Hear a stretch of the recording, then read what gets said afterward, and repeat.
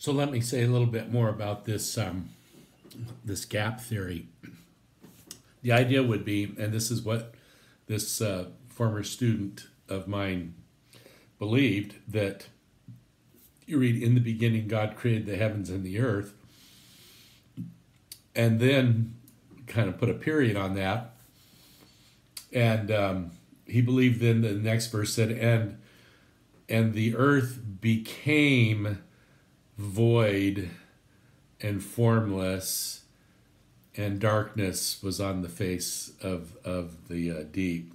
In other words, he believed something happened in verse 2, that the earth moved from being in a state, well, probably of perfection, God created the heavens and the earth, into chaotic waste and formlessness of some kind.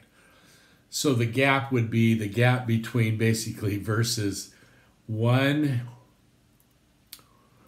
well, I don't know where you put basically that verse 2 is the gap, and that you could put however many years you needed to into that little gap of the earth becoming formless and void. And so he did. He believed that because then he thinks that at verse 3 or so it picks up with like the restoration of creation back about 6,000 to 10,000 years ago. But he believed the original creation was, billions of years ago. And you account for all those years by placing them basically in the gap represented by verse 2. This is not a very popular theory, but it is a way that some people have tried to account for what they believe to be the age of the universe. And I would agree with them on that. I think it's very old. But then they're also trying to go with the young earth creationists' calculations about genealogies and so on to get an age of the planet. And again, for this gap theory, it wouldn't necessarily be that the planet, in fact, it wouldn't be that the planet is only 6,000 years old.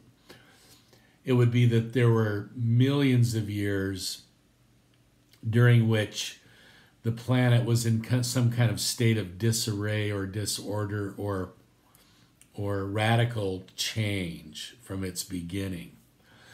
And I don't know if this is universally held by gap theorists, but I know that I'm pretty sure this fellow believed that during that immense period of time, what set that off, what led to the earth becoming formless and void and darkness on the face of the waters, was the rebellion of Satan.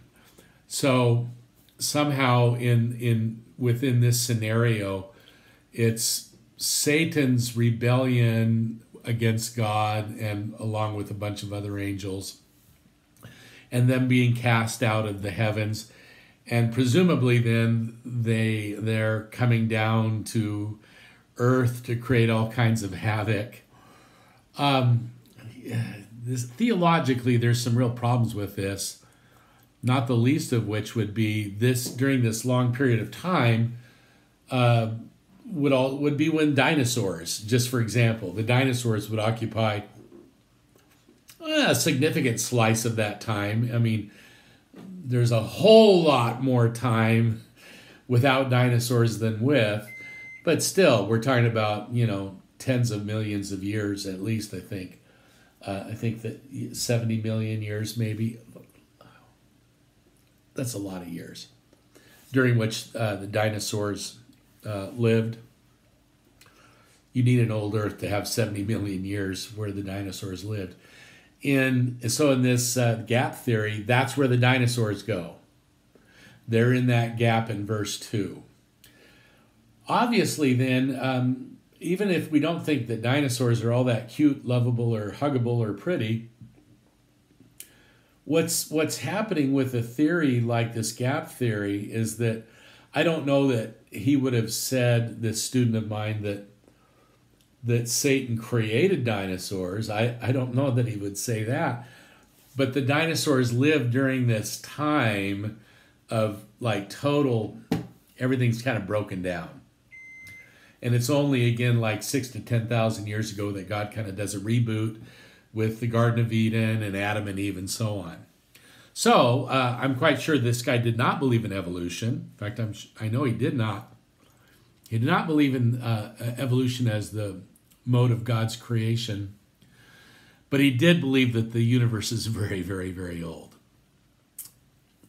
And that, again, I'll just say a lot of those years are tucked right into that verse 2 in that gap. Again, I mean, one of the things theologically that makes this problematic is,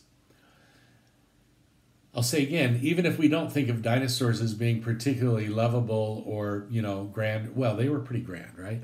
But theologically, we affirm and believe that all life is God's creation, and everything that exists is God's creation. This would certainly include dinosaurs.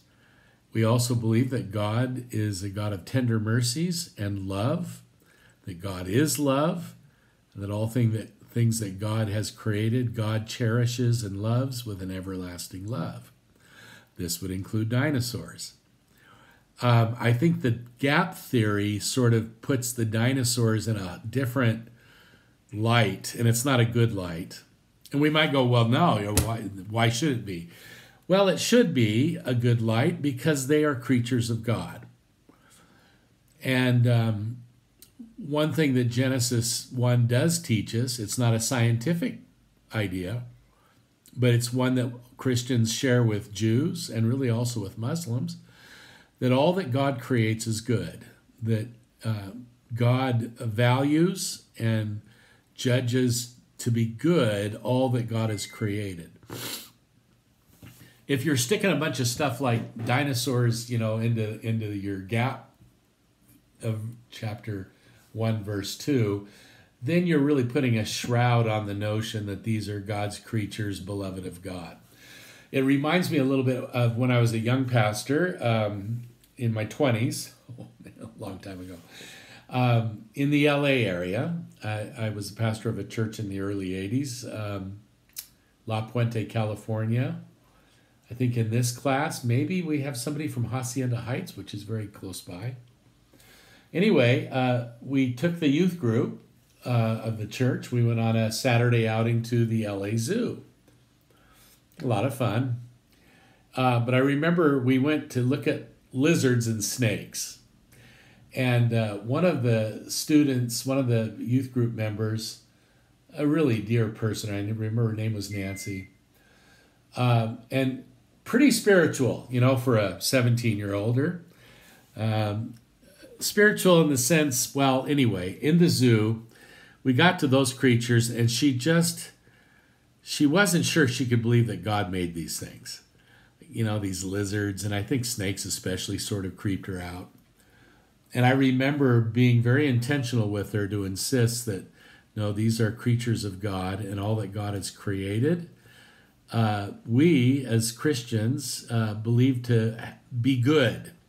That doesn't mean we have to think they're wonderful or that we like them or they're all cute and cuddly, but that they are God's creatures, beloved of God, who for God are worth sustaining in existence. Now, I know the dinosaurs had their run, and they aren't with us anymore. At least, we might have we do have their descendants in the birds, but the big point here then would be that any idea that kind of says, well, these creatures over here, those aren't God's creatures. The T-Rex, come on, really? And the right theological answer is yes, really. And in fact, that as scary as they might have seemed to us had we been there with them, they are God's creatures, beloved of God. Well, that's a little bit about the gap theory. I felt like there was one more thing I kind of wanted to talk about briefly. It's escaping my mind right now.